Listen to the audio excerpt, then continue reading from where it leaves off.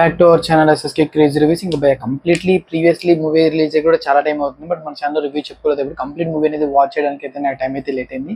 So complete movie watch చేసి కదా complete review ఎలా ఉందో మన ఛానల్ షేర్ చేసుకోబోతున్నాం. సో కంప్లీట్లీ ఇంతకీ ఏ మూవీ బై అంటే సార్ మేడం. ఏదో స్టారింగ్ వచ్చేసరికి మనకి విజయ్ సేతుపతి గారు అండ్ అలాగే నిత్యమేనన్ గారు హీరోలో ఉన్నారు. సో వీళ్ళిద్దరు కాంబినేషన్ వచ్చినటువంటి సార్ మేడం మూవీ అయితే ఎలా ఉందని డీటెయిల్స్ అయితే రోజు మాట్లాడుకుంటున్నాం. సో కొత్త యూస్ ఉన్న మన ఛానల్ సబ్స్క్రైబ్ చేసుకోవచ్చు. సబ్స్క్రైబ్ చేసుకొని ఫర్దర్ అప్డేట్ మిస్ అవ్వకుండా ఉండాలంటే పక్కన బెల్ ఐకాన్ కూడా ఆల్రెడీ ట్యాప్ చేసుకుని నేను చేసి ఫర్దర్ అప్డేట్స్ అన్ని మీకు నోటిఫికేషన్ ద్వారా రావడం జరుగుతుంది. సో మీరు నా వీడియోస్ని ఈజీగా అండ్ క్విక్గా అయితే వాచ్ చేయొచ్చు. సో ఓవరాల్ ఈ మూవీ చూసినట్లయితే నాకైతే ఓకే అనిపించింది.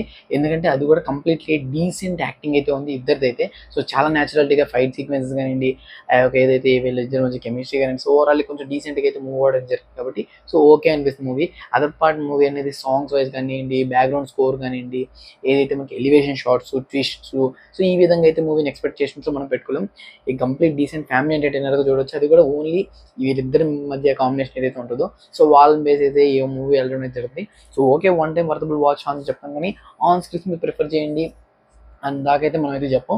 సో ఓవరాల్ చూసినట్లయితే ఈ మూవీ ఓకే అనిపించింది నాకైతే. అండ్ విజయ్ సేతుపతి యాక్టింగ్ మాత్రం నాకైతే చాలా అంటే చాలా బాగా నచ్చింది.